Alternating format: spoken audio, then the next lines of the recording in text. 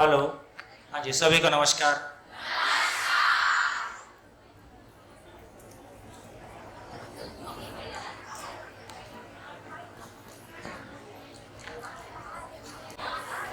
चलिए,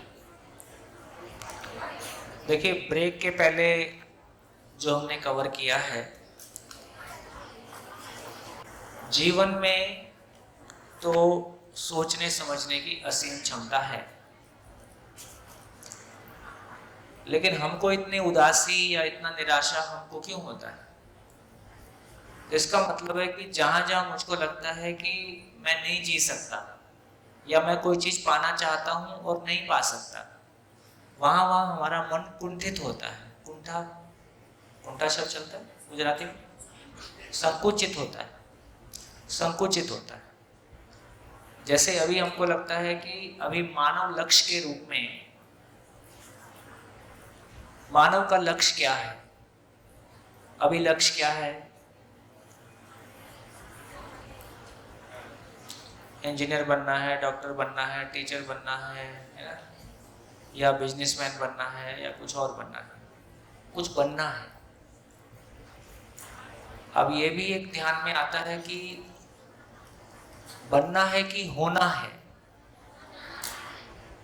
ना? जब बनने की बात कर रहे हैं तो कौशल की बात कर रहे हैं, जब होने की बात कर रहे हैं तो फिर भाव और विचार की बात कर रहे हैं कि मेरा भाव और विचार कैसा होगा। तो देखो, जो एक बार मैं इसको बोर्ड पे ला देता हूं।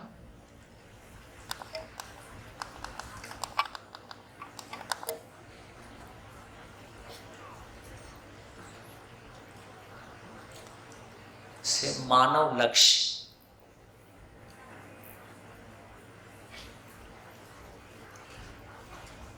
मानव लक्ष्य का मतलब है, जैसा कि पहले भी चर्चा किया था,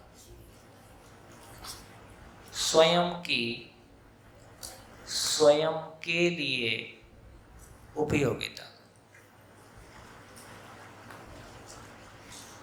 देखो, सूत्र है, हर मानव अपने महत्व को जानकर तृप्त होता है। हर मानव अपने महत्व को जानकर तृप्त होता है। हम अपने महत्व को जानना चाहते हैं, जानकर तृप्त होता है।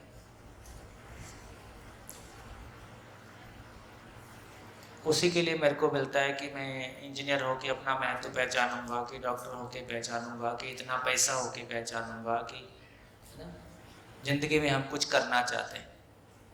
हर मानव अपने महत्व को जानकर अपना तृप्त होता है। उसका जो महत्व है, ये उसकी उपयोगिता ही उसका महत्व है। जैसे पेन का महत्व क्या है? लिखना। तो पेन की उपयोगिता। तो स्वयं के लिए स्वयं की उपयोगिता, तो बोला कि समाधान के साथ में होना, समाधान पूर्वक होना, ये स्वयं की, ब्रैकेट में समझण लिखूं कि कंफ्यूजन?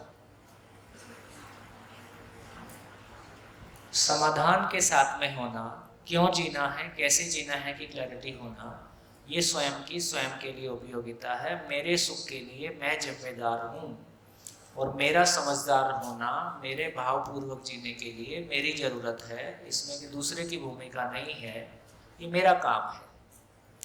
तो ये मेरा मूल काम है, मुख्य काम है। मानव और पशु में बार बार कुछ चीज़ों को बोलता हूँ, इसलिए बोलता हूँ कि आपका ध्यान चला जाए। पशु और मानव में इतना ही अंतर है कि मानव में समझने की ताकत है। जब तक उस समझने की ताकत का हम इस्तेमाल नहीं किए, तब तक उसी को जीव चेतना बोलते हैं। आकार हमारा मानव के जैसा है, जीना हमारा पशु के जैसा है। आहार, निद्रा, भय और प्रजनन, ये बात पहुंची? तो इसका मतलब हुआ कि मैं समझण के साथ, समझ के साथ हो जाऊं, ये मेरा पहला काम है, मुख्य काम है। यदि ऐसा होता है, हो पाता है, तो मेरी अपने परिवार में क्या उपयोगिता है? तो मेरे परिवार के सभी लोग समझण के साथ में हो जाएं, अपनी आवश्यकताओं को पहचान पाएं, भौतिक को भी, भाव को भी, और भौतिक आवश्यकता को पहचान के समृद्धि पूर्वक मेरा परिवार जी पाए। तो समाधान समृद्धि पूर्वक जीना परिवार में मेरी उपयोगिता है। शिकायत मुक्त, अभाव मुक्त परिवार, पहले दिन हमने चर्चा किया था। यहां तक ठीक है? आगे चलो, आगे चलें तो मैं एक गांव में रहता हूं, एक समाज में रहता हूं। तो हमारा गांव, हमारा समाज दिनों दिन भय उसमें बढ़ता है या भय से मुक्त होता है यदि मेरे गांव के सभी परिवार के लोग समझदार हैं, वो अभाव से मुक्त हैं। तो दूसरे परिवारों के साथ क्या करेंगे? फिर दूसरे परिवारों के साथ क्या करेंगे? एक व्यक्ति जो अभाव की मानसिकता के साथ है, हर किसी को देख के उसको कैसा लगता है? है ना, पैसा किससे मिलेगा? तो इसका मतलब है यदि परिवार में अभाव की मानसिकता नहीं है ना, शिकायत नहीं है, तो दूसरे परिवारों के साथ क्या करेगा? जो जिसके पास है उसको बांटेगा। तो शिकायत मुक्त, अभाव मुक्त दूसरे परिवार भी हो जाएं, उसके लिए कोई काम करेगा। उससे क्या होगा? समाज भय से मुक्त होगा, अभय होगा। अभय मतलब भय से मुक्ति। और मैं किसी प्रकृति के साथ, जड़ प्रकृति के साथ भी रहता हूँ, उसमें दोनों आ जाते हैं। तो उस प्रकृति में मेरी भूमिका क्या होगी? जब प्रकृति बोल रहे हैं तो प्रकृति में दो भाग हैं, एक जड़ प्रकृति और एक चैतन्य प्रकृति। का मतलब क्या होता है? प्रकृति का मतलब है पूर्णता के अर्थ में कृति बराबर प्रकृति। प्रकृति क्या है? प्रकृति।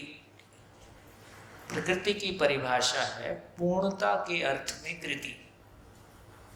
पूर्णता के अर्थ में कृति। कृति मतलब रचना। तो जो भी इकाइयां हैं, एकम है, रचनाएं हैं, वो पूर्णता के अर्थ में है ना। तो पूर्णता के अर्थ में जड़ प्रकृति भी है और चैतन्य प्रकृति भी है। तो जड़ और चैतन्य प्रकृति की जब संपूर्ण की बात करेंगे तो उसमें हर मानव समझदार हो, परिवार समृद्धि, समाधान और समृद्धि के साथ हो, समाज भय से मुक्त हो और प्रकृति में संतुलन हो, जिसको बोला सह अस्तित्व। इससे ज्यादा, इससे ज्यादा, इससे कम में, सभी के लिए इतना ही है। तो एक बात पता चली कि मानव लक्ष्य क्या है। मानव लक्ष्य क्या है? तो मानव लक्ष्य है कि एक मानव की शिक्षा पूरी होने से उसमें समाधान, समृद्धि, अभय और सह अस्तित्व पूर्वक जीने की योग्यता आ जाए, है ना। ये मानव लक्ष्य है। तो मानव लक्ष्य धरती के सभी मानव के लिए समान है, इसमें आप कुछ नहीं कर सकते। इसको पहचान सकते हैं, इसको पूरा कर सकते हैं। इसका अर्थ ये हुआ कि जैसे प्रकृति में, है ना, लोहे के लिए, सबके लिए नियम है, ऐसे मानव के लिए भी नियम है। उन नियम को हम पहचान लेते हैं, इतना उसको बदल नहीं सकते, पहचान सकते हैं, उसके अनुसार जी सकते हैं। तो ये क्लैरिटी हमारी बनी कि मानव लक्ष्य क्या है? समाधान, समृद्धि, अभय और सह अस्तित्व पूर्वक जीने की योग्यता। ये है हुआ मानव लक्ष्य।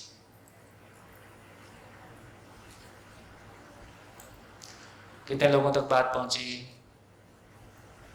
अभी मानव लक्ष्य क्या है? अभी मानव लक्ष्य क्या है? अभी जैसा जी रहे हैं रूटीन लाइफ में, अभी मानव लक्ष्य हम क्या मानते हैं? अपना लक्ष्य क्या मानते हैं? कभी लगता है जॉब मिल जाए, कभी लगता है अपने मनपसंद के लड़के से शादी हो जाए, कभी लगता है कि अपने बच्चे है ना। अभी हमारे लक्ष्य ऐसे हैं। तो जिंदा रहने के धरातल पर स्वयं को शरीर मानते हुए हमारे लक्ष्य भौतिक हैं, भौतिक लक्ष्य। और उस भौतिक लक्ष्य का अब क्या होगा, मानव लक्ष्य में वो भौतिक लक्ष्य आएगा कि नहीं आएगा? मानव लक्ष्य में वो भौतिक लक्ष्य आएगा कि नहीं आएगा? नहीं आएगा। अच्छा, खाना नहीं खाओगे, शादी नहीं करोगे, घर नहीं चलाओगे, जॉब नहीं करोगे, कहाँ आएगा? किस में आएगा? किस में आएगा? समाधान में आएगा, समृद्धि में आएगा, अभय में आएगा। अभी जिसको मान रहे थे वो किस में आएगा? उसकी समझ चारों में आएगी, लेकिन उसका कार्यकलाप समृद्धि में आएगा, है ना। अभी तक हम अमीर बनने के लिए जॉब कर रहे थे या पैसा कमाने की सोच रहे थे, अब अमीर ही पता चला गरीबी अमीरी दोनों धरती का बोझ है। तो समृद्धि पूर्वक जीने के लिए हम फिर एग्रीकल्चर करें कि जॉब करें कि व्यापार करें, जो करना होगा एक सही मानसिकता के साथ हम उसको करेंगे। तो इससे हमारा ध्यान इस बात पे चला गया कि मानव लक्ष्य एक है।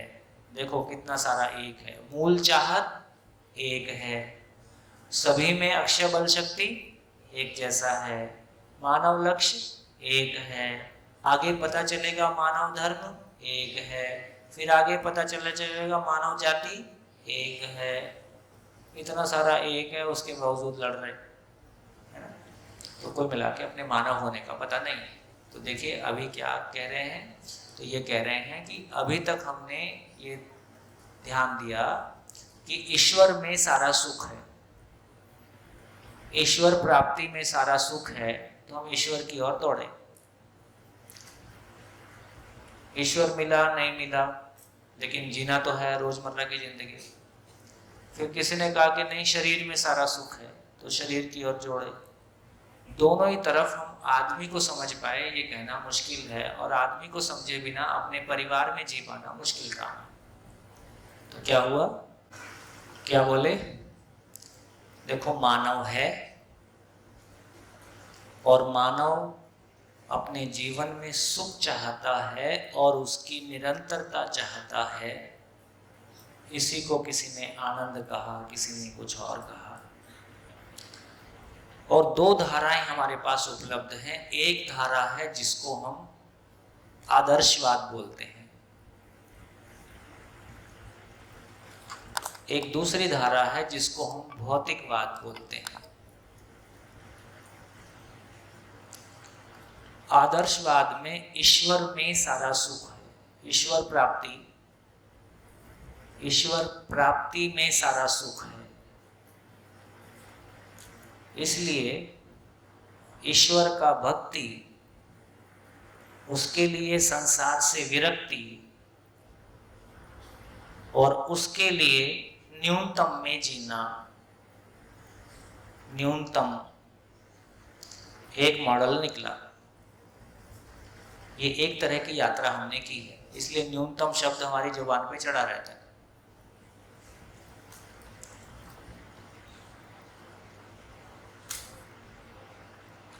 एक दूसरी यात्रा हमने की। अब मैं सोचता हूं कि मैं बोलूं कि आप लोग लिख रहे हो तो मैं रुकूं, रुक जाओ, लिख लो। ये सब रिकॉर्ड हो ही रहा है। देखो ये कोई, जब हम भाव की दुनिया की बात करते हैं तो ये बिल्कुल सामान्य रूप में स्वीकार है कि एक बार सुनने से वो बचने वाला नहीं है ना। इसको कई बार सुनना होगा, तो एक बार में कोई चीज पकड़ में आएगी, दूसरी बार में कुछ और पकड़ में आएगा, तीसरी बार में कुछ और पकड़ में आएगा।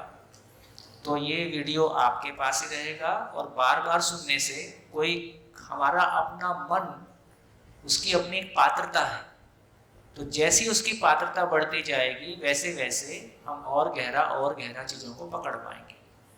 तो कुछ लिख पाए बहुत अच्छी बात है, नहीं लिख पाए कोई अच्छी बात है, रिकॉर्डिंग आपके पास। दूसरी यात्रा हमने की भौतिकवाद के रूप में, जिसमें हमने कहा कि शरीर को भोगने में सारा सुख है। सारा सुख इधर ही है। इसके लिए क्या करें? इसके लिए संग्रह करेंगे। इसके लिए सुविधा की आवश्यकता है, सुविधा के लिए संग्रह करेंगे और संग्रह करने के लिए अधिकतम की आवश्यकता है। और फाइनली ये अव्यवस्था की ओर जाएगा ही, क्योंकि इसकी गति ही अव्यवस्था में है। इधर हम व्यवस्था की बात ही नहीं कर रहे हैं, हमने कह दिया कि संसार माया है, इसमें उलझने की जरूरत नहीं है। कुल मिला के ईश्वर प्राप्ति की ओर चलो, है ना, इसको छोड़ो।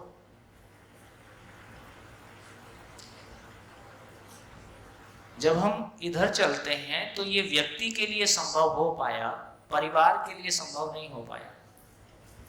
बच्चों को साथ में लेके हम न्यूनतम की बात नहीं कर सकते। बच्चे हैं तो उनकी स्कूलिंग है, बच्चे हैं तो मेडिकल फैसिलिटी है, शादी है तो ससुराल है, ससुराल है तो शादी ब्याह है, शादी ब्याह है तो आना जाना है, आना जाना है तो लेना देना है, ये सब करना है, समाज के ताने बाने में रहना है। तो विरक्ति से काम नहीं चलेगा, न्यूनतम में काम नहीं चलेगा। ये मॉडल प्रैक्टिसेबल परिवार के लिए नहीं हुआ। इधर जब हम बात करते हैं तो ये भी परिवार के लिए प्रैक्टिसेबल नहीं हुआ, क्योंकि ये फाइनली अव्यवस्था में जाता है। यदि भोग ही एकमात्र है तो एक से तृप्ति नहीं होगी, इसलिए मानसिक रूप में अव्यवस्था होगी ही, और संबंध टूटेगा कि बचेगा? तो ये भी नहीं बचा। तो फाइनली जो बात कह रहे हैं कि इसका मतलब है सह अस्तित्ववाद की आवश्यकता है। सह अस्तित्व का मतलब है ईश्वर को समझने वाला कौन है? ईश्वर को समझेगा तो कौन समझेगा? कौन समझेगा? मानव। और शरीर को समझेगा तो कौन समझेगा? मानव। नहीं समझने से सुखी दुखी होगा तो कौन होगा? मानव। इसलिए सबसे पहला काम है कि मानव को समझा जाए, क्योंकि सबको समझने वाला मानव है।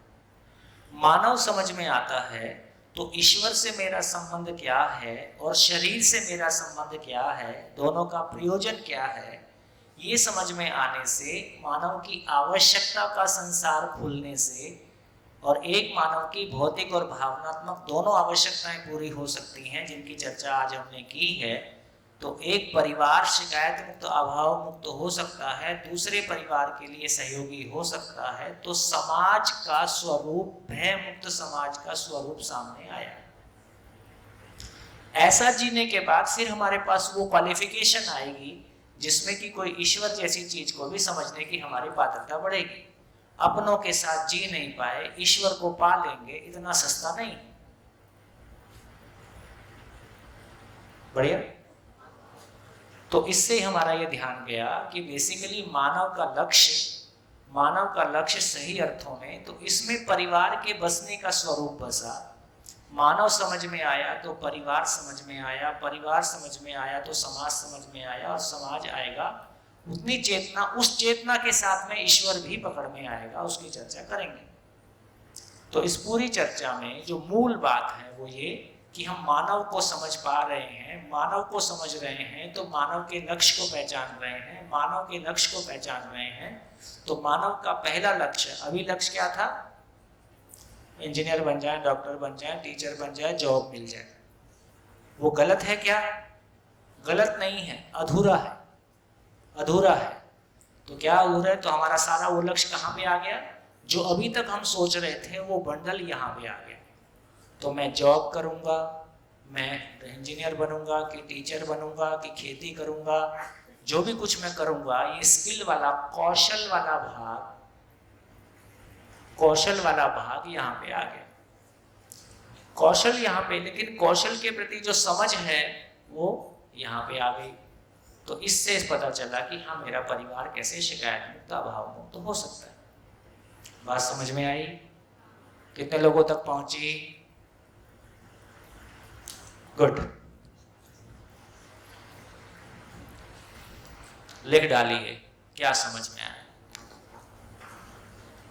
एक के पहले ब्रेक के पहले जितनी चर्चा हुई और अभी जितनी चर्चा हुई, तो इस 5 दिन के पहले मेरी सोच मानव के बारे, मानव लक्ष्य के बारे, परिवार के बारे, मानव की आवश्यकताओं के बारे, कहाँ कहाँ जिंदगी रुकी हुई थी और कहाँ कहाँ वो रुकावट हट गई है और जिंदगी बह निकलेगी, ऐसी आशा हमारी बनी।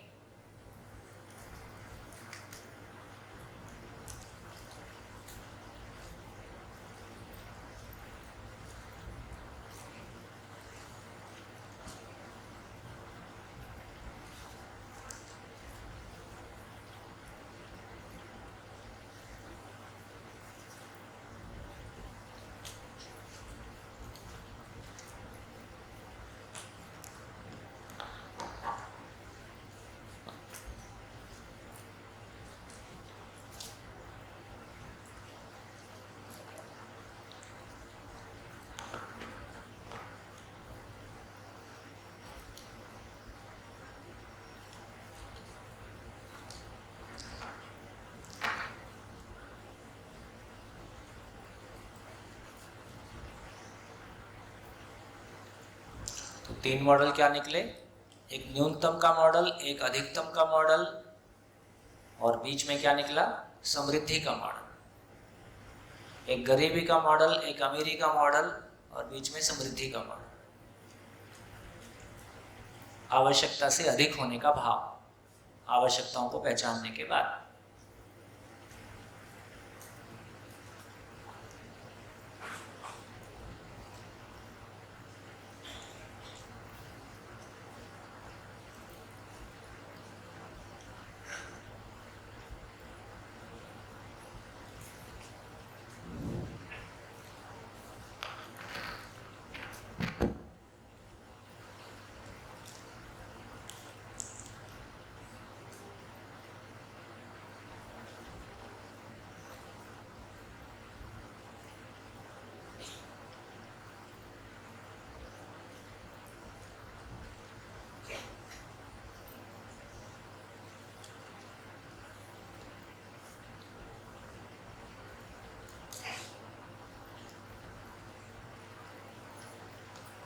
मेरा नाम संजना बाबोई है।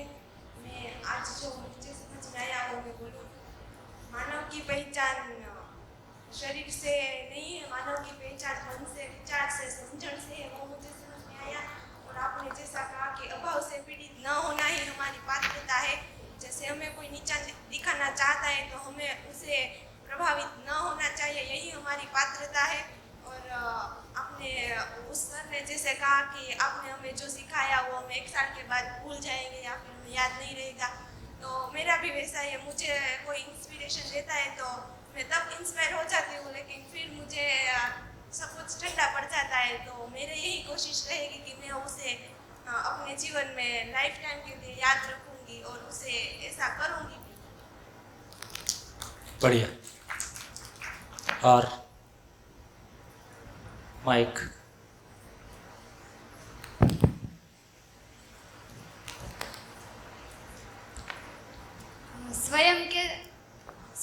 स्वयं के प्रति उपयोगिता से ये साबित हुआ है कि मैं समाधान पूर्वक जीना सीख जाऊँ तो मुझे परिवार, समाज और प्रकृति की क्या आवश्यकता है उसके बारे में भी पता चल जाएगा। अभी क्या गलती हो रही? अभी हम अपने में जीने की स्पष्टता के साथ में नहीं है। क्यों जीना है, कैसे जीना है, ये क्लैरिटी नहीं है। भाव और विचार में स्टेबिलिटी नहीं है, स्थायित्व नहीं है। और हम परिवार में योगदान देना चाहते हैं। हमको लगता है हमने परिवार के लिए इतना कुछ किया है। परिवार कहता है बस तुमसे दुखी हैं ना, तो ये हमको बहुत परेशान करता है। अभी हमने तो इतना कुछ किया है तुम्हारे लिए, अब क्या किया है? अब ये भी समझ में आता है कि जीने के लिए किया है कि जिंदा रहने के लिए किया है। और उसमें भी बहुत कुछ सुनाया गया है, हमने भी प्रतिक्रिया में बहुत कुछ सुना दिया है। तो इसका मतलब ये हुआ कि अपने में, क्योंकि दूसरे को योगदान देने वाला मैं हूँ और जिस मनस्थिति के साथ मैं होता हूँ वैसा योगदान देता हूँ, है ना। मैं गुस्से से दूसरे को खाना उपलब्ध करा दूँ या मेरा मन अच्छा नहीं है तो जो भी सहायता दूसरे को देता हूँ वो कुछ दिन के लिए ठीक लगती है, बाद में उसमें कन्फ्लिक्ट आता है। तो अपने में समझदार हुए बिना परिवार में योगदान भी सफल नहीं है। जो कल जॉइंट थे आज टूट गए, जो आज जॉइंट है वो 20 साल में रहेंगे कि नहीं रहेंगे पता नहीं, क्योंकि मूल काम बचा हुआ है। स्वयं के लिए उपयोगिता, ये वाला पार्ट बचा हुआ है, इसमें हम काम नहीं करते। बढ़िया, बोलो। अब तक आदर्शवाद और भौतिकवाद को ही जीवन को जीना मानते थे, बल्कि दोनों के बीच में ही मेरा सह अस्तित्व है। उससे मैं अपनी आवश्यकता जान जाऊं और समृद्धिपूर्वक जीना सीख जाऊं तो मेरा जीवन सफल है। भौतिकवाद और आदर्शवाद से केवल न्यूनतम और अधिकतम प्राप्त हो सकता है, बल्कि सह अस्तित्व से हम समृद्ध बन सकते हैं। बढ़िया सर, एक क्वेश्चन है। हाँ, बोलो बोलो।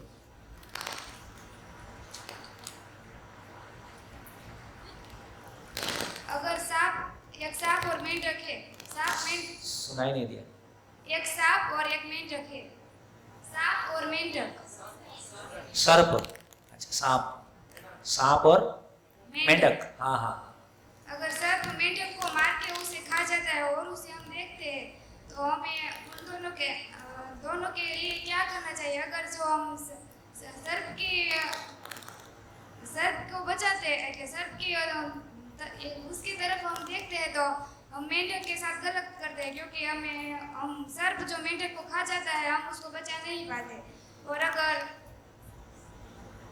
मेंढक को बचाते हैं तो हम सर्प के साथ गलत करते हैं, क्योंकि हम सर्प का खाना छीन लेते हैं। तो हमें इन दोनों को किस तरह से बचाएं? अपनी जिंदगी का लक्ष्य समझ में नहीं आया तो सर्प और मेंढक में घूम रहे। आपको उसमें कुछ नहीं करना है, उसको खाते हुए देखना है कि ये नेचर का चेन है, उसमें हस्तक्षेप नहीं करना है। उससे तो हमें दुख ही मिलता है। आप तो दुखी होने के लिए आमादा ही हो, आप कोई बहाना ढूंढ ही रहे हो दुखी होने का, तो आप दुखी हो ही लोगे, आप स्वावलंबी हो उस काम में। अगर हम देख जाए तो इसका मतलब है कि हमारे देखने में दोष है। प्रकृति में जैसे अब पेड़ पौधा जमीन से पानी लेता है, बीज लेता है, तो जमीन का शोषण कर रहा है और हम इसको शोषण करने नहीं देंगे, ऐसा करें क्या? तो इसका मतलब ये हुआ कि हम सांप का मेंढक को खाना प्राकृतिक घटना है कि अप्राकृतिक घटना है? प्राकृतिक घटना है, वो उसका भोजन है, तो इसलिए उसके बीच में हमको आने की जरूरत ही नहीं है, हमारा वहां कोई रोल नहीं है, उसके बारे में हमारी समझ नहीं है, इसलिए हम दुखी हो रहे। मेंढक को बचा रहे, आदमी को मार रहे। हमारी संवेदनशीलता तो है ना, वो तुम्हारी संवेदनशीलता वहां जरूरत नहीं है, तो संवेदनशीलता मानव के साथ जरूरी है। ये हमारा संवेदनशीलता का अतिरेक है कि हम अपने संवेदनशीलता के अतिरेक में प्रकृति की व्यवस्था में हस्तक्षेप करते हैं, उसकी हमारी जरूरत नहीं। बढ़िया, हाँ जी। ओ, 3 एक साथ जो शुरू कर दे वो बोलेगा। मैं बताऊं। बोलो। मेरे पास चाहे कितना भी पैसा हो, पर मुझ में अगर समझ नहीं होगी तो मैं कभी समृद्ध नहीं बन सकती। हाँ, वो पता चला। और सुविधा में सुख है ही नहीं, क्योंकि जिंदा रहने का कोई सामान जीने के लिए काम नहीं आता। अगर मेरे पास बड़ी कार है और पड़ोसी ने उनसे भी बड़ी कार ली, सुविधा तो मुझे मिली थी कार यहाँ से यहाँ तक ले जाने की, क्योंकि कार लेके मुझे सुविधा तो मिल गई, पर पड़ोसी ने उनसे बड़ी कार ली तो मुझे उस क्षणिक सुख मिला था वो भी चला जाएगा। इसका मतलब स्थिति और बहुत खराब है। मेरा शरीर मेरी पहचान का आधार है कि मैं मेरी पहचान का आधार हूं। मैं, और यहाँ तो शरीर भी नहीं है, मेरी कार मेरी पहचान का आधार है। कार पदार्थ अवस्था है, शरीर कोशिकाओं से कोशा से बना हुआ है, वो उससे आगे की चीज है ना, और मैं उससे बहुत आगे की चीज हूँ, चैतन्य इकाई हूँ। तो चैतन्य इकाई मैं स्वयं मेरी पहचान का आधार हूँ, मेरी चेतना का स्तर, मेरे भाव और विचार की स्थिति मेरी पहचान का आधार है। वो नहीं हुआ कोई बात नहीं, शरीर मेरे पहचान का आधार है, ये भी नहीं हुआ, अब लोहे का टपरा बचा है। ये मानसिक दिवालियापन है। अपना हो तो अपना भी निष्कर्ष निकाल लो कि मेरा ऊपर वाला माला खाली है, मेरी अपने आप में कोई पहचान का आधार नहीं है। तो कार मेरी पहचान का आधार है कि कार आने जाने का साधन है? आने जाने का साधन है, लोहे की चीज है। लोहे की चीज मेरी पहचान कैसे होगी? वही क्लियर हुआ कि सामान से कभी हमारी पहचान नहीं जुड़ नहीं हो सकती। और मेरे कर्मों से मेरी पहचान होगी। और हमारी भौतिक आवश्यकताएं अब सामान के साथ जुड़ती जा रही है, इसीलिए वो असीमित होती जा रही है। यही लालच आ गया। तो लालच को कैसे हैंडल करेंगे? देखो ये बहुत मानसिक गरीबी का बहुत मर्म, हर क्षण मर मर के जीते हैं। किसी की गाड़ी दिखाई दे गई तो लार टपक गई, किसी की शक्ल दिखाई दे गई तो लार टपक गई, किसी का घर देखा तो भिखारी हो गए। तो 24 घंटे जो भिखारी पना है, जो हमारे भीतर अपने भाव की स्थिति में उथल पुथल होती है, जो बेचैनी होती है, कहाँ जीने देगी, है ना? तो अपने में एक स्थिरता कि मेरी जरूरत क्या है और यदि नहीं है तो कैसे आएगी। दूसरे ने कार लिया, पेट्रोल वो डालेगा, किस्त वो पटाएगा, मेंटेनेंस वो करेगा, इसमें मेरी क्या प्रॉब्लम है? उसको दुखी होने का मन है, होता रहे, और उसकी आवश्यकता है तो होती, ठीक भी है। मेरे को ना उससे जेलस होना है, ना मेरे को उस पर कमेंट करना है, वो उसकी अपनी गति है। मेरी गति क्या होगी, मुझको मेरे तन मन धन का क्या करना है, ये मेरे अधिकार क्षेत्र में है, उसको मैं प्रयोग करूंगा।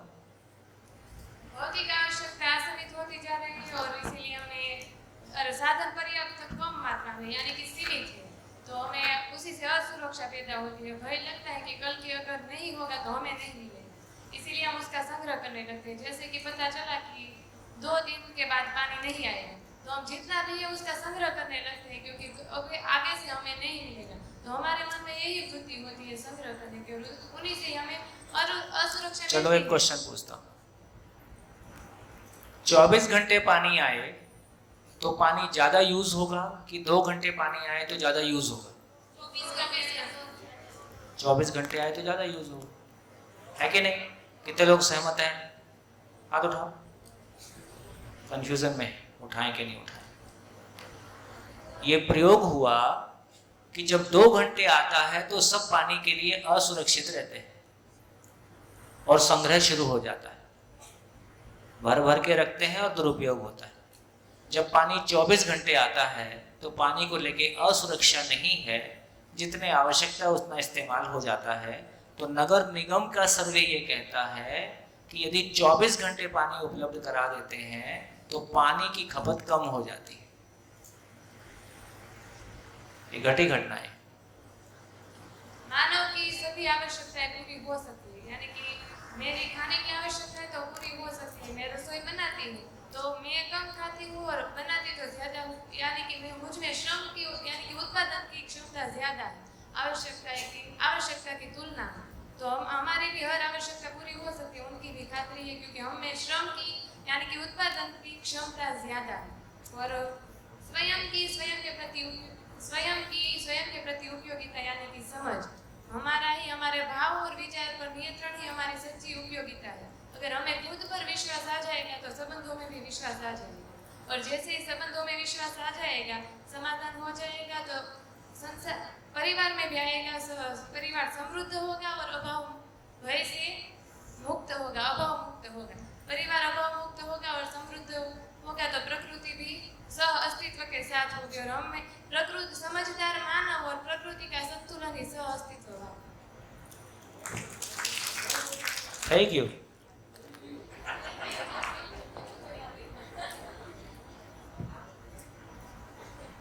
देखो, आपका ज्ञान का जलवा जब मानेंगे जब आपके गांव का वातावरण बदलने लगे। भी आपकी उम्र के आपके गांव में और बच्चे होंगे, बड़े तो हो सकता है नहीं सुनेंगे, पर आपकी एज के लोग तो आपको सुन ही सकते हैं। आपकी एज के और आपके एज के छोटे लोग यदि आपको स्वीकारना शुरू करते हैं, आपके आचरण को स्वीकारना शुरू करते हैं, आपके ज्ञान को स्वीकारना शुरू करते हैं, और उससे वातावरण बदलना शुरू होता है, तो सिद्ध होता है कि आपके पास कोई काम की बात है। शुभकामनाएं। हाँ जी। पहले मैं ये समझती थी कि मानव को सामान और सुविधा से सम्मान मिलता है। अब मैं समझ में आया है कि असली पहचान सम्मान और अपने विशाल भाव मन से। गुड। पहले से यह सुनती आई हूँ कि हमारा लक्ष्य डॉक्टर, शिक्षक या कोई भी बनना होता है, पर आज मुझे पता चला कि लक्ष्य क्या है, और यह समझ में भी आया कि सुख की प्राप्ति साधन से या सुविधा से नहीं होती। सुख की प्राप्ति हमारे श्रम की समृद्धि से होती है, और हमको जो लोग कहते थे वही हम आज तक करते आए थे, पर आज पता चला कि मैं कौन हूँ, मुझे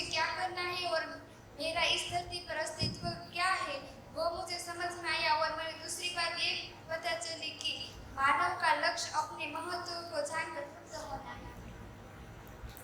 देखा हिंदी की क्वालिटी देख रहे हो कितना क्लियर टंग है। गुड। हिंदी सीखने का ये सबसे प्रभावशाली तरीका है। हिंदी नहीं कोई भी भाषा सीखने का। इसको इंग्लिश में कर दो तो इंग्लिश आ जाएगी, क्योंकि जब कोई चीज के साथ, जैसे बच्चा भाषा कैसे सीखता है,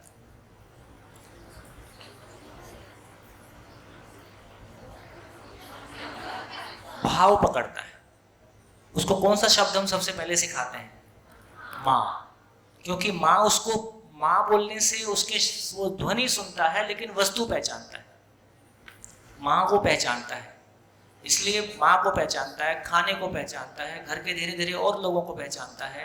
इसका मतलब है जिसके साथ उसका भाव जुड़ता है उस शब्द को पकड़ लेता है, और जिसके साथ हमारा भाव नहीं जुड़ता उस शब्द को हम नहीं पकड़ पाते।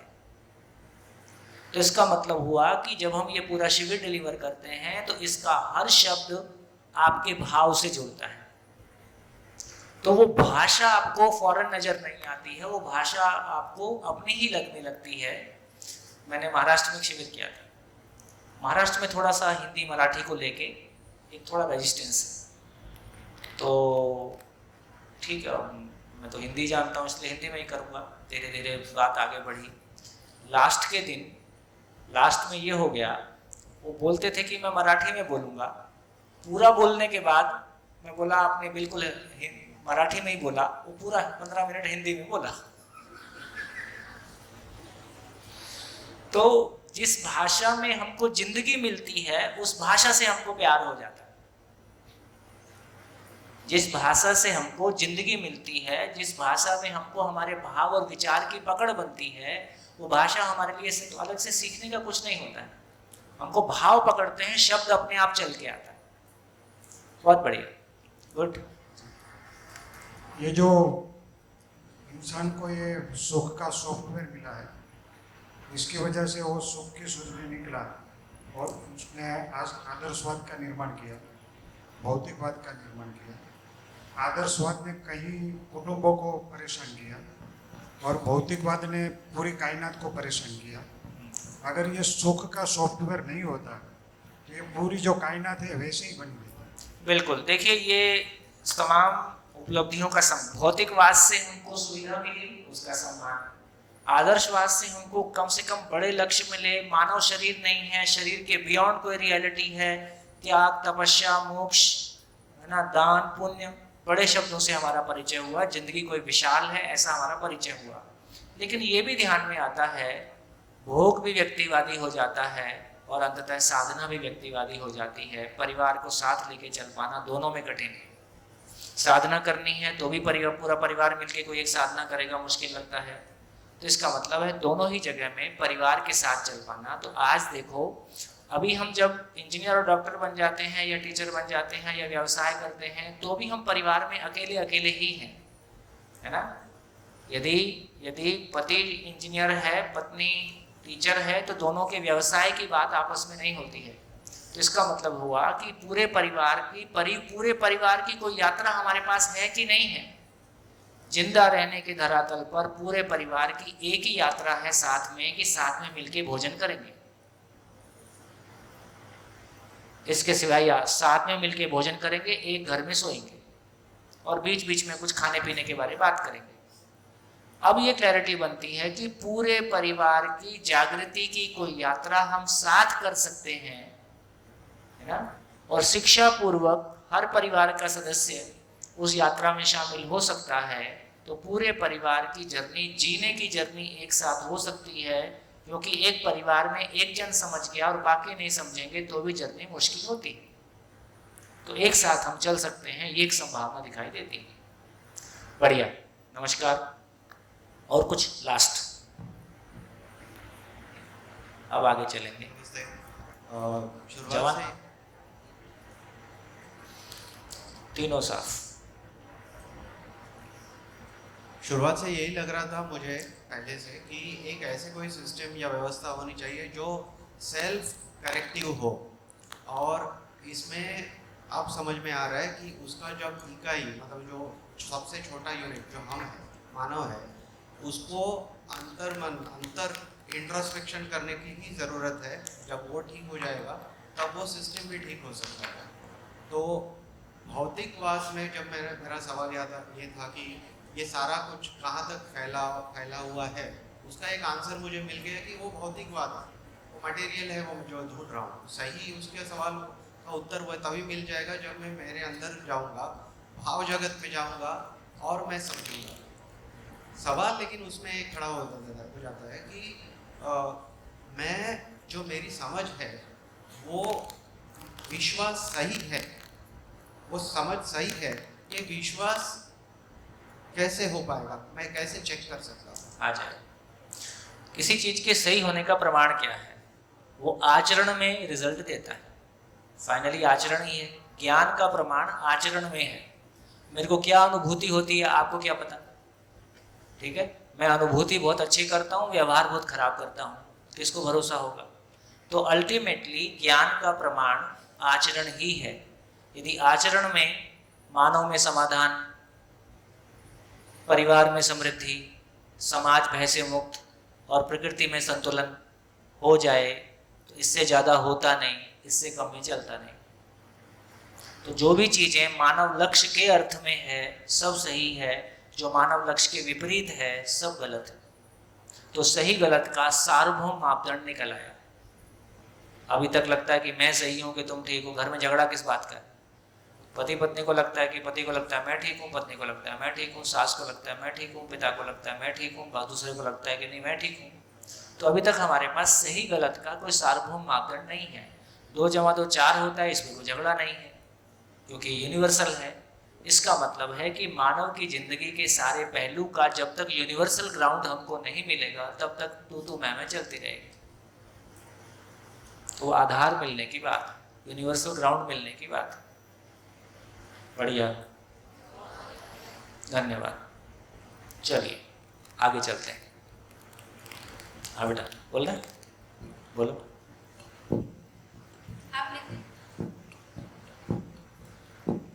आपने कहा कि मेंढक मेंढक को खाता है तो उसको रोकना नहीं चाहिए, तो मानव दूसरे मानव को मारता है या करता है तो उसको रोकना चाहिए। इसमें अकल लगाना चाहिए। हाँ, अकल लगाओ कि मैं सांप का आहार मेंढक है, क्या मानव का आहार मानव है? खत्म। हाँ, तो क्वेश्चन पूछने से नहीं होगा, अकल लगाने से भी होगा।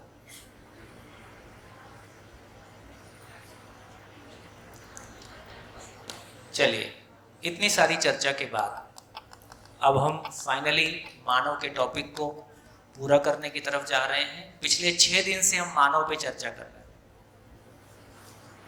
और 6 दिन अभी और चल सकते हैं, लेकिन शिविर की सीमा को देखते हुए तो मानव के टॉपिक को मैं पूरा करना चाहता हूं। तो फाइनली मानव की परिभाषा, मानव की परिभाषा क्या है?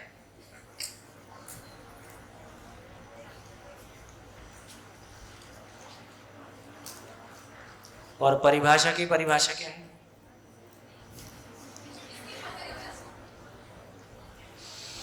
परिभाषा की परिभाषा है परिपूर्णता के अर्थ में जो भाषा है, जो उसको पूर्णतया व्यक्त कर दे, वो परिभाषा है। किसी भी चीज को पूर्णतया व्यक्त कर दे वो उसको परिभाषा बोलते हैं। तो मानव की परिभाषा क्या है? बोलिए, मानव की परिभाषा क्या है?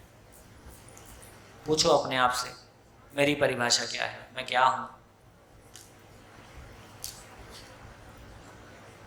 मानव की परिभाषा क्या है? हाँ जी, माइक लीजिए। माइक, खड़े हो जाइए तो पता चले आपको माइक देना है। हाँ जी, माइक दो इनको।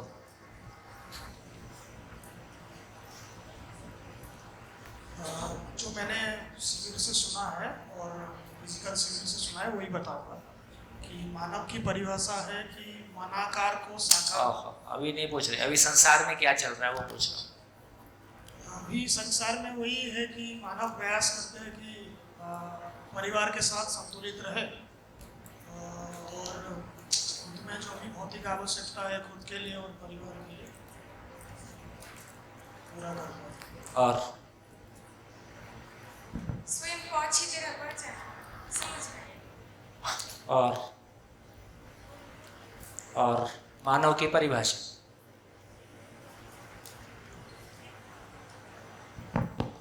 मानव यानी कि जो खुद में पूर्ण हो, खुद समझ सके और दूसरों को समझा सके।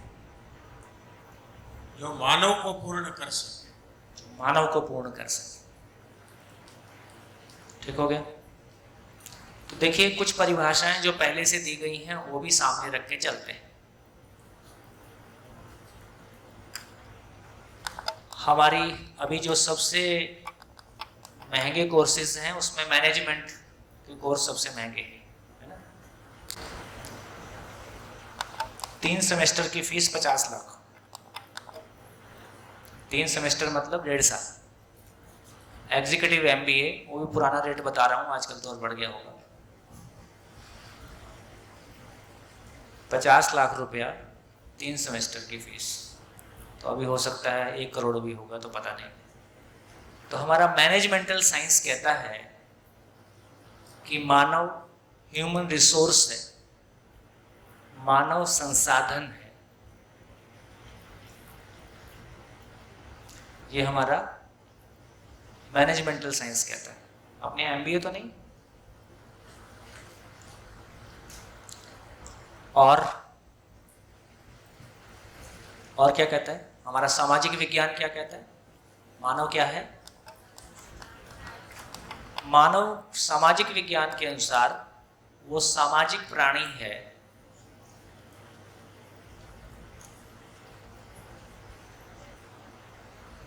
सोशल एनिमल है। तो पशु बोलने में शर्म आई होगी तो प्राणी बोल दिया। इंग्लिश में क्या बोलते हैं? सामाजिक पशु है?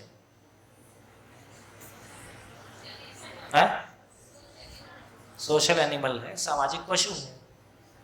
और क्या सुनते हैं? गांव में बोलचाल की भाषा में क्या बोलते हैं? आदमी क्या है? गांव में क्या बोलते हैं? आपस में बात करते होंगे तो है? गौर गौर एक जन बोलो। हाँ। गौर। ढोर। ढोर तो पशु होता है। ढोर तो पशु होते हैं ना। हाँ, तो ऐसे ही गुजराती में बोलते हैं कि आ तो ढोर जेवो छे। हाँ, वो तो जब किसी से परेशान हो गए तब बोलते हैं। तो वो तो अलग बात हो गई।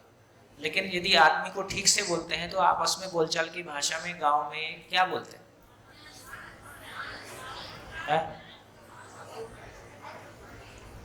मानव के रूप में पशु।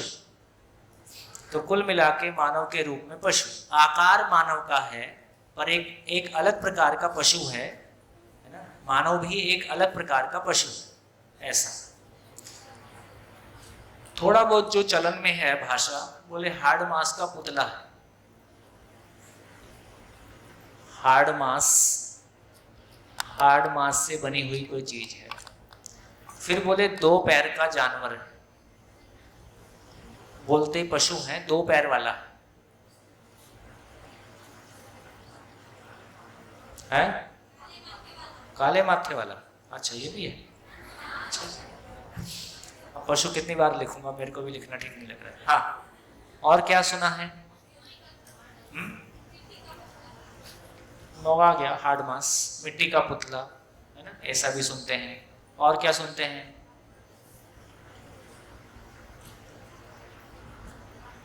धर्म ने उसको जीव के रूप में पहचाना। जीव पंच महाभूत से बना हुआ हार्ड मास का शरीर के रूप में पहचाना। और माइक ले लीजिए। सोशल साइंस आ गया, सामाजिक विज्ञान आ गया।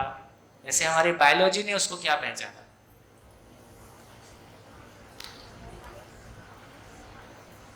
मनुष्य कहते हैं।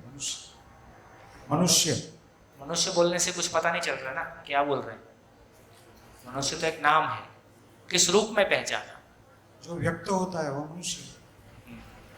और बाजार के लिए हम उपभोक्ता हैं, कंज्यूमर हैं। बाजार के लिए हम कंज्यूमर हैं और नेता के लिए हम वोटर हैं। 5 साल में उसको हमारी एक बार जरूरत पड़ती और कोई छूटा हो है? हाँ, वो तो फिर और संबंधी की बात आगे हो गई। मानव को क्या पहचाना, प्योरली मानव को, है ना? तो ऐसे हमने कुछ कुछ चीज़ों से उसको नाम दिया है। अब इसमें कहीं भी मानव नहीं है,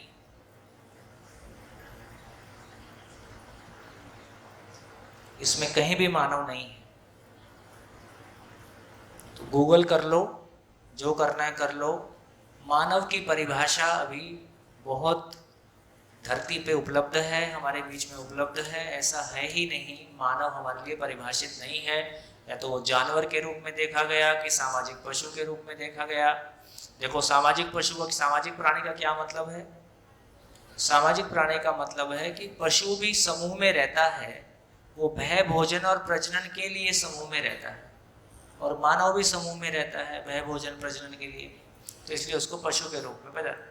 और ये HR ने तो बिल्कुल ही कमाल कर दिया, उसको एक मशीन के रूप में पहचाना। फैक्ट्री में यूज होने वाली एक मशीन है, संसाधन है, और मानव को मशीन के रूप में तैयार करेंगे, है ना? इस पे हमने जोर दिया। तो इन सारी चीजों में मानव कहीं नहीं है, इसलिए हम मानव जैसा नहीं जी पा रहे, इसलिए उसको ढोर बोलना पड़ता है, पशु बोलना पड़ता है ना? तो चलिए मानव को समझने की कोशिश करते हैं, इसको पूरा करते हैं। तो अब तक हमने जितना देखा तो उससे ये क्लैरिटी बनी कि मानव के बारे बोला गया कि मनाकार को साकार करने वाला, मनाकार को साकार करने वाला, और मनः स्वस्थता का आशावादी। मनः स्वस्थता का आशावादी और प्रमाणित करने वाला।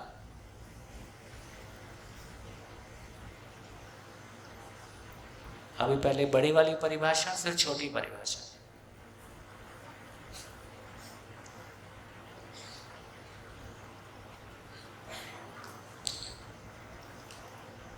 इसको मानव कहा।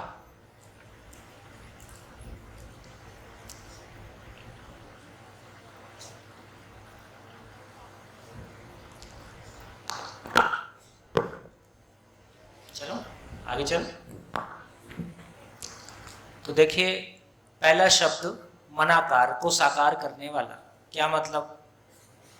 मानव एकमात्र इकाई है पूरी सृष्टि में जिसमें कल्पनाशीलता है, जो कल्पना करता है, और कल्पना करता ही नहीं है, उसका शरीर भी ऐसा है कि अपनी कल्पना को मूर्त रूप दे सकता है। जैसे हमने मकान बनाया, कैमरा बनाया, है ना, बोर्ड बनाया, तमाम चीज़ें हमने बनाई। तो मानव किसने बनाई? कहाँ आया होगा पहले? कोई भी चीज़ पहले कल्पना में आती है, तो कल्पना में उसका कोई स्वरूप बनता है, उसके बाद शरीर से हम उसको साकार रूप देते हैं। तो मानव एकमात्र इकाई ऐसी है। ऐसे बंदर ये काम कर सकते हैं? मानव के अलावा किसी के पास भी ये सामर्थ्य नहीं है कि वो अपनी कल्पना में किसी आकार को लाए और शरीर के द्वारा उसको साकार कर सके। ये योग्यता, ये संभावना केवल मानव के साथ है। तो एक बात समझ में आया कि मनाकार को साकार करने वाला, मन में बनने वाले आकार को साकार रूप दे सकता है, ऐसी सामर्थ्य मानव के पास है। एक बात पूरा हो गया, एक बात पूरा हो गया। दूसरी बात, मनः स्वस्थता का आशावादी, मेरा मन स्वस्थ रहे ऐसी आशा में रहता है। ऐसी आशा का मतलब सुख की आशा। सभी मानव कैसा रहते हैं? सुख की आशा में रहते हैं, मैं सुखी हो जाऊं। ठीक, और आशा में रहने से काम चलेगा कि आशा पूरी हो जाए? पूरी हो जाए। तो तीसरी लाइन में बोला, मनः स्वस्थता का आशावादी आशा में रहता है और प्रमाणित करने वाला उसको पाने की क्षमता भी रखता है। ऐसी इकाई का नाम, ऐसी एकम का नाम मानव है। कुछ जोड़ना है इसमें, कुछ घटाना है? तो मानव की परिभाषा के 3 पार्ट निकले। एक पार्ट है कि वो मन में आने वाले आकार को साकार रूप दे सकता है। दूसरा पार्ट है वो सुख की आशा में जीता है। तीसरा पार्ट है कि आशा में ही नहीं जीता है, उसको पाने की योग्यता हर मानव में, उसको पाने का पोटेंशियल, संभावना हर मानव में मौजूद है। बढ़िया। अब एक एक करके इसको खोलते हैं। मनाकार मतलब क्या? मनाकार का मतलब है सुविधा। तो सारी सुविधा कितने प्रकार की है? धरती पे जितनी भी सुविधा है वो मानव के लिए 6 प्रकार की है। पहली चीज है आहार। और गुजरात में तो इसमें बहुत समृद्धि है। जितनी वैरायटी का खाना मैंने गुजरात में देखा, उतनी वैरायटी कहीं होगी ऐसा लगता नहीं। काम तो किया है ना, कम से कम एक काम पूरा हो गया। अभी नए व्यंजन अभी और नए बनते रहते हैं कि यही चलते हैं? नए भी बनते रहते हैं, तो शोध जारी है। तो एक बात समझ में आई कि मानव के पास मनाकार का एक बड़ा भाग है आहार। जब आहार की बात कर रहे हैं तो उसके सारे यंत्र, उसके सारा सब कुछ फिर उसमें आहार से संबंधित वस्तुएं। दूसरा भाग है आवास।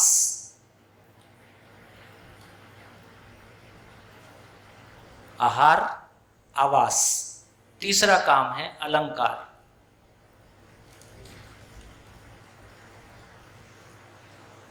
आहार, आवास, अलंकार, 3 तरह के मनाकार। मनाकार में क्या क्या हो सकता है? तो आहार से संबंधित वस्तु हो सकती है, आवास से संबंधित वस्तु हो सकती है, और अलंकार। अलंकार मतलब, हाँ, मैं आभूषण बताने के लिए खड़ा हुआ हूं। अलंकार का मतलब आभूषण नहीं है। अलंकार का मतलब है शरीर के तापमान को, शरीर के तापमान को नियंत्रित करने वाली चीजें।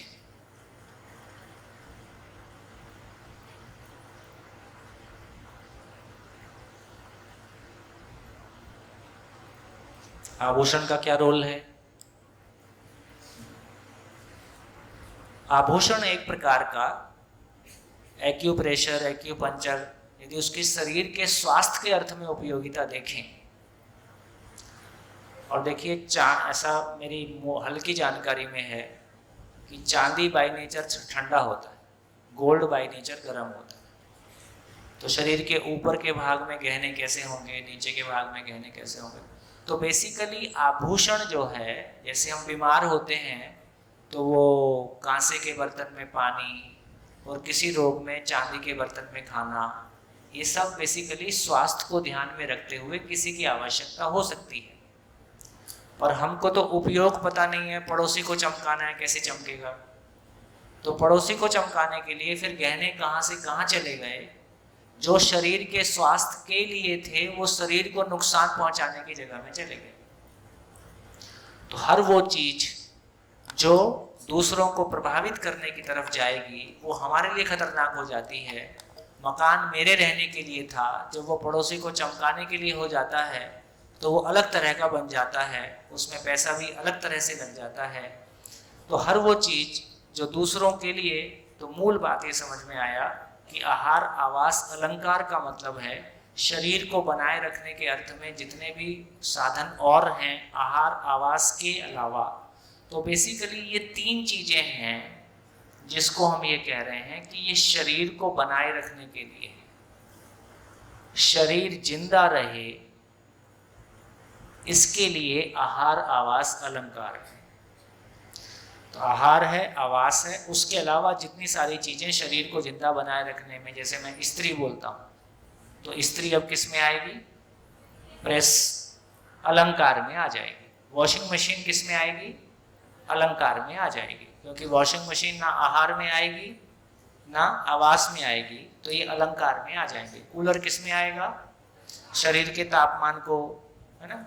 तो शरीर को बनाए रखने के अर्थ में आहार और आवास के अलावा जितनी भी चीजें हैं वो सब अलंकार में आ जाती हैं, गहने भी उसमें आ गए।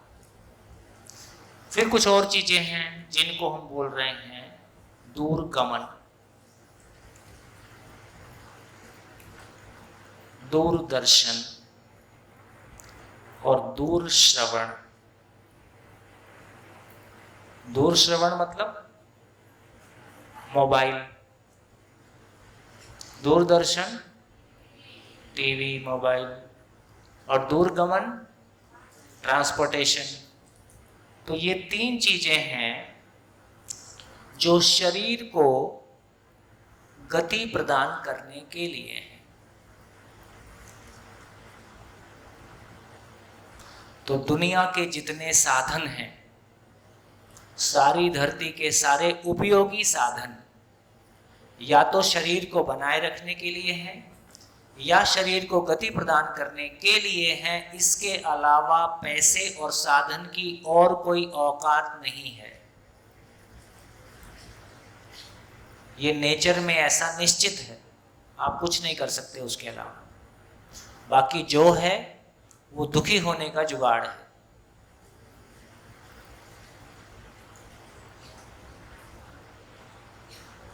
इसमें मैंने AK-47 क्यों नहीं लिखा? युद्ध सामग्री क्यों नहीं लिखी?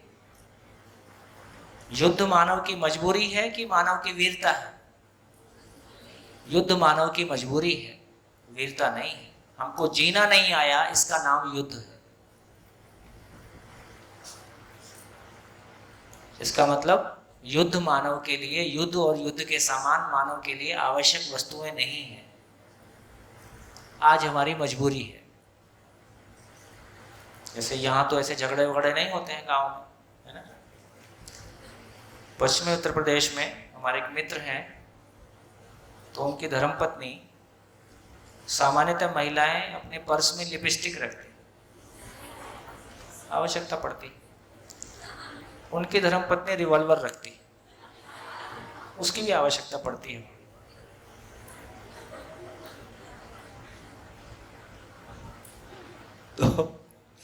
तो इसका मतलब ये हुआ कि हमारी अब क्लैरिटी। अब कुछ भी चीज को सोचो, पंखा किस में आएगा?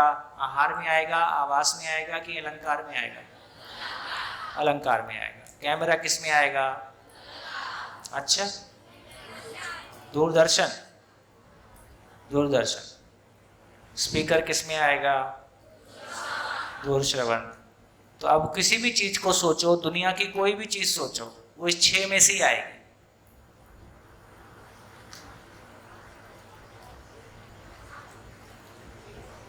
सारी पढ़ाई किसके लिए आएगी? अभी जो पढ़ाई पढ़ रहे हैं वो कहाँ आएगी? अभी की पढ़ाई सारी किस में आएगी?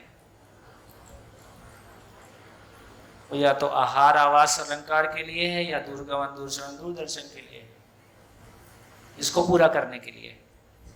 इससे आगे की पढ़ाई अभी हमारे पास है नहीं, उसके बाद जीने की शिक्षा होगी। कोई कंफ्यूजन? इससे हमको क्या फायदा हुआ ये चर्चा करने से? ये चर्चा करने से हमको क्या मिला?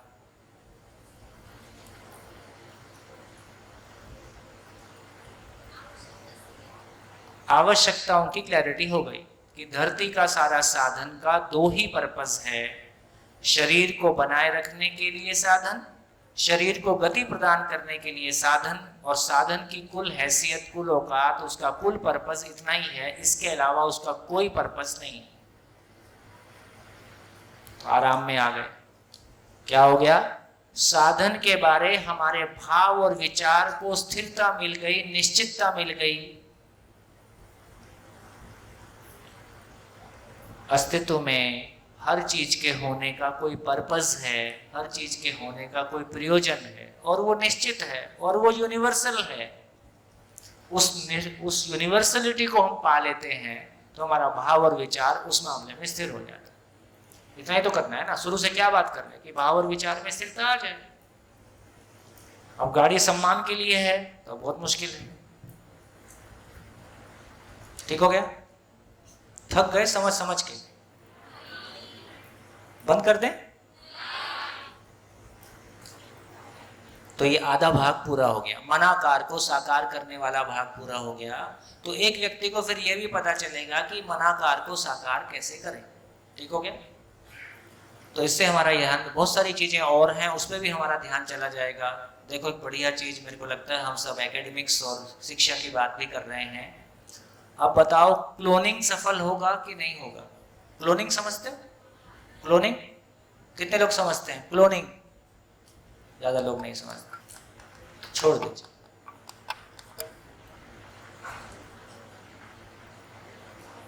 क्लोनिंग मल्टीपल है, कॉपी, मानव का क्लोनिंग। जैसे पशु का क्लोनिंग किया था, वो डॉली नाम की भेड़ बनाई थी, है ना, ऐसा हमने अखबार में कभी पढ़ा था। चलो इस टॉपिक को भी करने की जरूरत नहीं। हाँ जी, फाइनली दूसरी भाग करते हैं। तो एक भाग पूरा हो गया। दूसरा भाग मन स्वस्थता का आशावादी, मैं सुख की आशा में रहता हूँ और उसको प्रमाणित भी करता हूँ। ये मेरी जिंदगी का कौन सा पार्ट है? सुविधा वाला भाग, जिंदा रहने वाला भाग है, और ये वाला भाग कौन सा है? जीने का भाग है। तो जीने का मतलब है, इसका मतलब ये हुआ कि एक मानव समझण से, समाधान से सुखी होता है। एक मानव समाधान से सुखी होता है।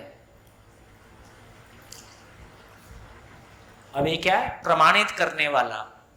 तो मेरे पास समझ है, मैं सुखी हूं, इसका प्रमाण क्या होगा? इसका प्रमाण क्या होगा? प्रमाण समझते हो ना? प्रमाण शब्द प्रमाण ही है। तो मैं सुखी हूं, समझदार हूं, समझण के साथ हूं, इसका प्रमाण क्या होगा?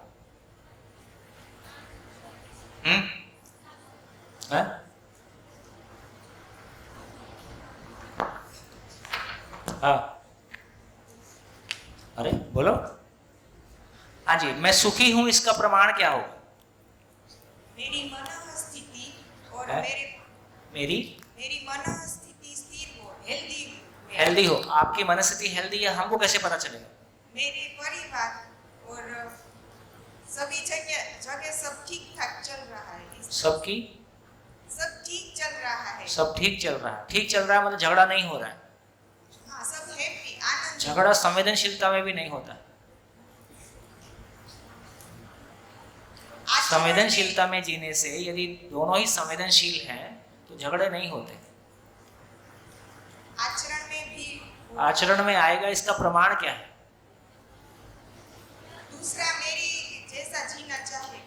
दूसरा मेरे जैसा जीना चाहे, ये तो हो ही सकता है। फिर प्रमाण क्या है? दूसरा मेरे जैसा हो जाए। भाई मेरे को हिंदी आती है, मुझको हिंदी आती है कि नहीं आती है? इसका प्रमाण क्या है? मैं आपको सिखा दिया।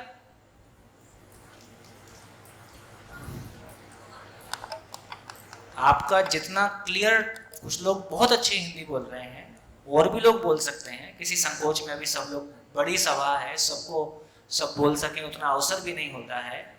लेकिन मुझको हिंदी आता है, इसका प्रमाण है कि मैं दूसरे को सिखा दूं। मैं उसको सिखा पाया तो वो तीसरे को सिखा दे, तीसरे को सिखा दिया मतलब इसको आता है, मतलब मैं सिखा पाया। क्या हुआ? यदि ए को कोई काम आता है तो इसका प्रमाण है कि वो बी को सिखा दे।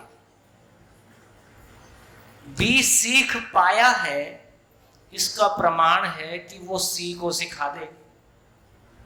सी सीख पाया, इसका मतलब बी को आया, इसका मतलब मैं सिखा पाया।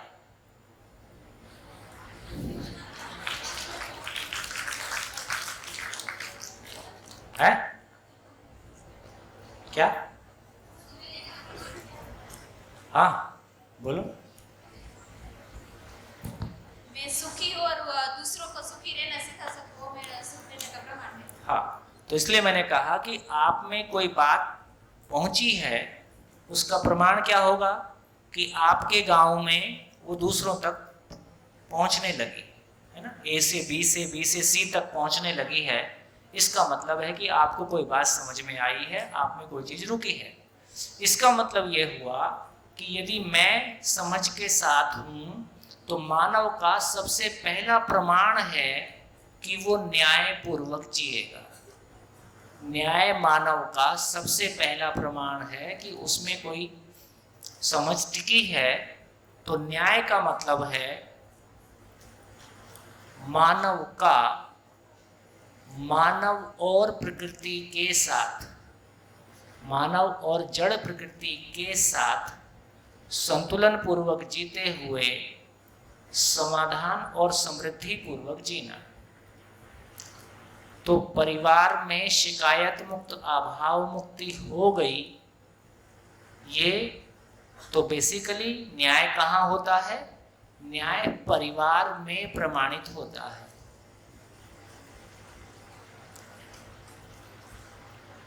मानव का मानव के साथ, मानव का प्रकृति के साथ। इसको दूसरी भाषा में कहा, मानव का मानव के साथ होगा तो उसका प्रमाण होगा उभय तृप्ति। जिसने व्यवहार किया, जिसके साथ किया, दोनों को तृप्ति हो गई तो शिकायत मुक्ति हो गई, है ना। ये चर्चा हमने किया था। और मानव का प्रकृति के साथ जीने का मतलब है अभाव से मुक्ति हो गई तो प्रकृति में संतुलन।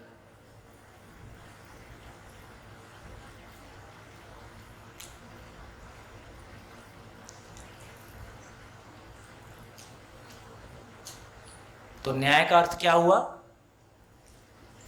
मानव मानव के बीच हार्मनी हो, शिकायत नहीं हो, नेगेटिवली बोले पॉजिटिवली बोले, तो दोनों के बीच में हमेशा तृप्ति हो। तो तृप्ति का मतलब है जैसे एक मानव समाधान से सुखी हुआ, इसके साथ रह के दूसरा मानव भी समाधान से सुखी हुआ, दोनों के बीच में तृप्ति हो गई, इसका नाम न्याय है। इसका एग्जाम्पल तो बहुत छोटे स्वरूप में इसका एग्जाम्पल ये सभा है। आज छठा दिन 6 दिन रोज 8 घंटे, 8:30 से शाम को 6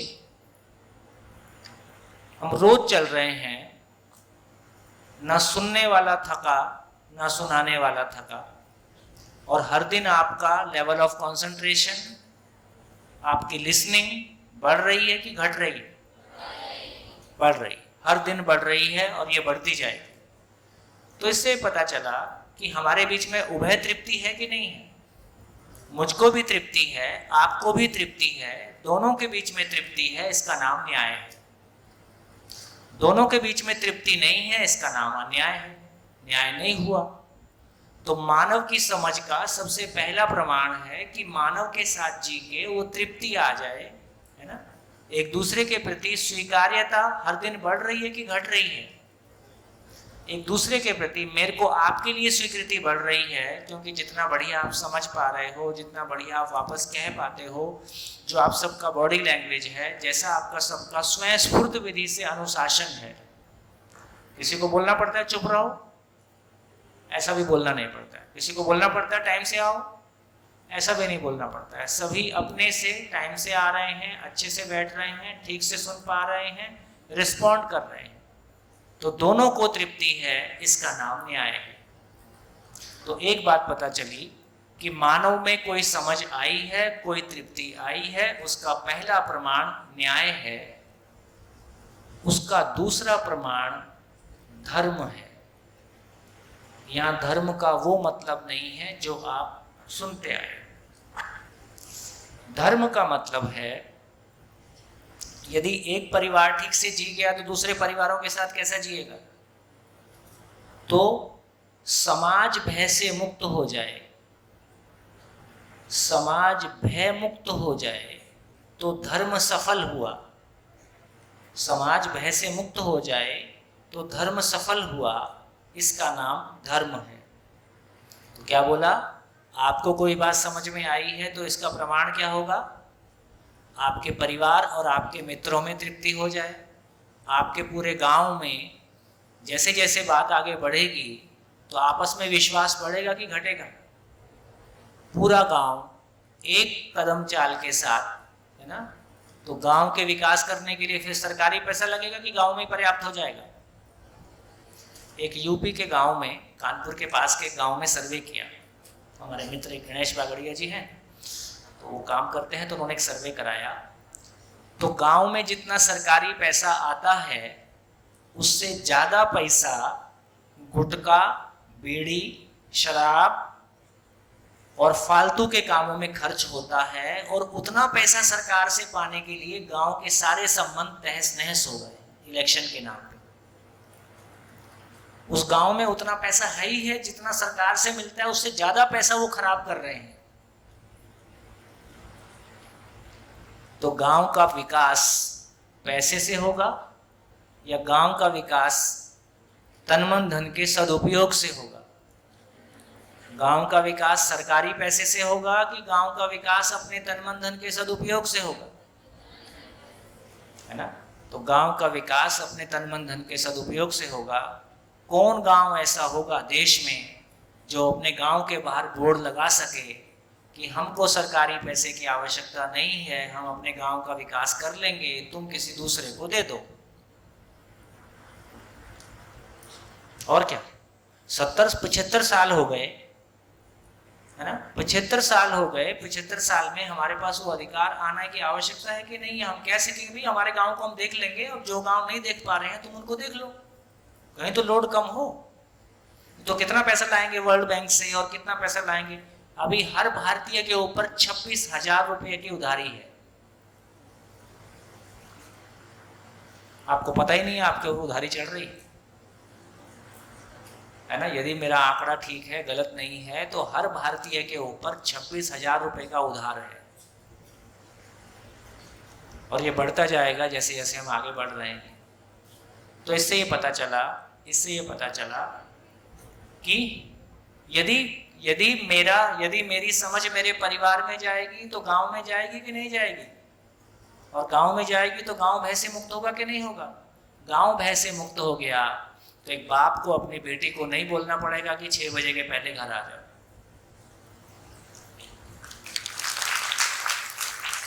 8 बजे आओ, क्या फर्क पड़ता है? जैसे अपने घर में रहती है ऐसे ही कहीं अपने दोस्त के घर में आओगे, क्या दिक्कत है? अभी आपको भी अपने प्रति विश्वास नहीं है, पेरेंट्स को भी आपके प्रति विश्वास नहीं है, कब आप गलती कर जाओ डरे हुए हैं। गलत नहीं है। तो कैसे हम भी अपने प्रति विश्वास पा जाएं, हमारा परिवार भी हमारे प्रति विश्वास पा जाए, हम भी गांव के प्रति विश्वास पा जाएं, गांव भी हमारे प्रति विश्वास पा जाए, इसका ये समझ का दूसरा चरण है, जिसको कहा कि धर्म सफल हो गया, समाज भय से मुक्त हो जाए, इसका नाम धर्म है। इसको आगे समझेंगे। तीसरा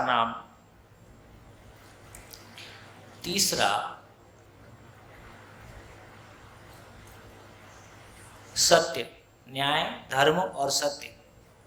सत्य का मतलब है सह अस्तित्व प्रमाणित हो जाए। तो गांव के लेवल पे ही बात कर लें, चलो अभी चारों अवस्थाओं में संतुलन हो जाए। एक गांव को एग्जाम्पल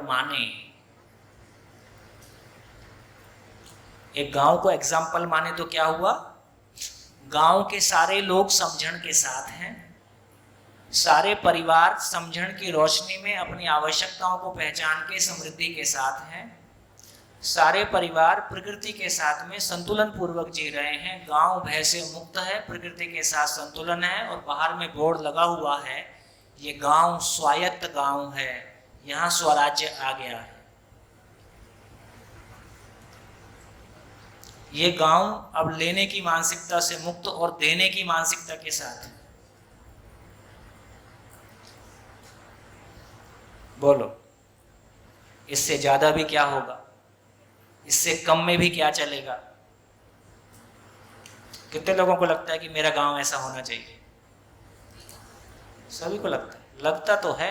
अब दम कैसा लगाओगे वो देखें। तो आपके टीचर ने बोल दिया 1 साल आप टिकोगे नहीं।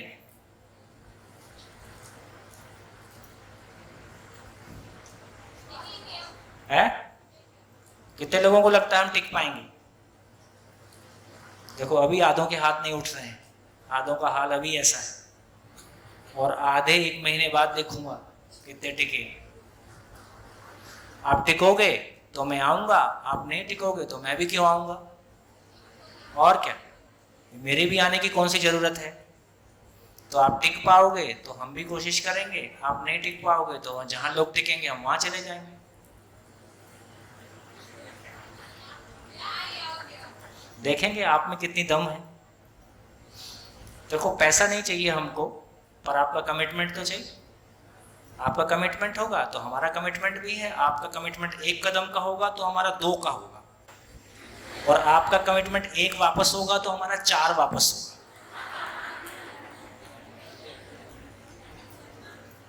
ऐसा ही होगा, क्योंकि अभी तक यही करते आए हम।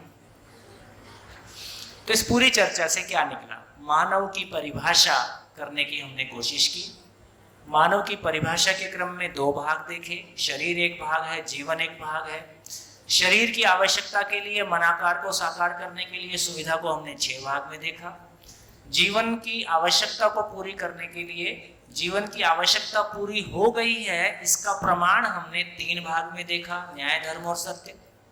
और मानव का न्याय ही धर्म के रूप में फैला है, न्याय ही सत्य के रूप में फैला है। न्यायपूर्वक जीना ही मानव की साधना है। यही साधना हमको करनी है कि मेरे भाव और विचार में अन्याय ना हो, मेरे व्यवहार में अन्याय ना हो, मेरे भाव में भी न्याय हो, मेरे विचार में भी और मेरे व्यवहार में भी न्याय हो, प्रकृति के साथ भी न्याय हो। यही मानव का। तो इसलिए देखो, पशु का साथ रहना क्यों होता है? पशु साथ क्यों रहते हैं? भय, भोजन और प्रजनन, ये 3 काम के लिए पशु समूह में रहते हैं। अभी मानव क्यों समूह में रहते हैं? अभी मानव एक गांव में रह के क्या करते हैं? क्या करते हैं? क्या करते हैं? यही करते हैं कि कुछ और करते हैं? मानव भी यही करता है, भय, भोजन और प्रजनन के लिए जुगाड़ बनाता है। इसलिए उसको गुस्से में ढोर बोल देते हैं, क्योंकि पशु भी इतना ही करता है। इससे मानव का सम्मान हुआ? क्या ये मानव के लिए काफी है? क्या ऐसा करने से जीवन तृप्ति हो गई? इसलिए मानव के साथ साथ रहने का केवल इतने से काम नहीं चलेगा। इसलिए कहा, मानव को परिभाषा दिया, मानव न्यायिक सामाजिक इकाई है।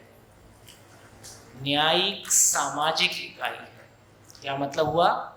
जो न्याय के लिए सामाजिक हुआ है, न्यायपूर्वक जीने के लिए सामाजिक हुआ है, ऐसी इकाई का नाम मानव है। तो मानव न्यायिक सामाजिक इकाई है। ये मानव का सम्मान है, ये मानव की परिभाषा है।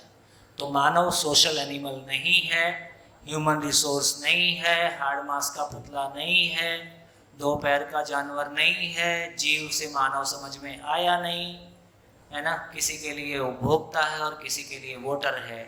ये सब पर्याप्त नहीं हुआ है ना। मानव एक अद्भुत चीज है, मानव एक बड़ी चीज है। तो मैं न्यायपूर्वक जी सकूं, दूसरों को न्यायपूर्वक जीने में सहयोग दे सकूं, ये मानव की गरिमा है। बढ़िया, धन्यवाद, नमस्कार।